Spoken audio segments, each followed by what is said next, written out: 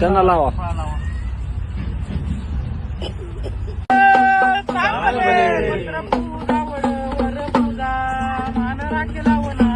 आधी विगणवनाथ विवारी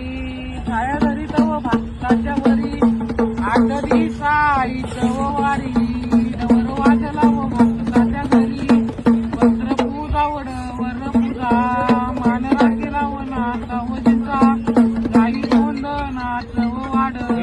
टाका अमृताच वजीर